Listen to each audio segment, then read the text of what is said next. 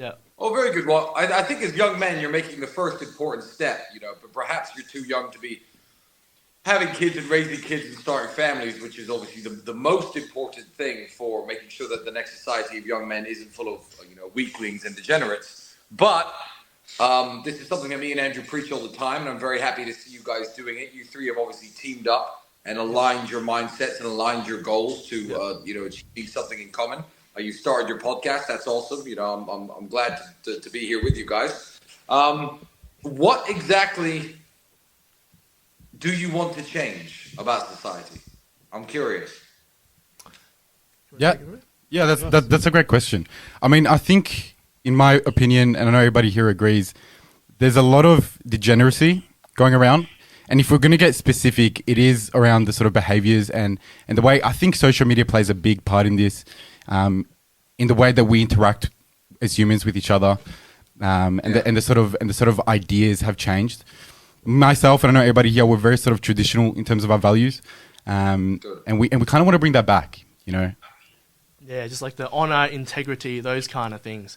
So specifically, we're talking about the romanticization of, for example, drug use. We see like the OnlyFans and all that. And even, what is else? Drugs. Yeah, we spoke about drugs. Violence as well. Yeah. I mean, even this day and age, whatever song you're listening to, it's always talking about violence, and it's really just being glorified. And you three are doing the most important thing. You have to understand that in a free market capitalist society, because I am a free market capitalist, as I'm sure you are, we're not communists. You have to understand that these ideas and the things that aren't particularly good for the world are always going to exist.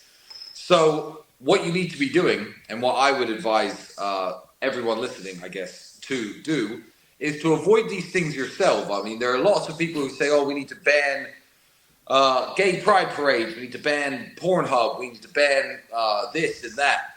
Look, drugs have been banned for 60 years, and drug use has never been higher.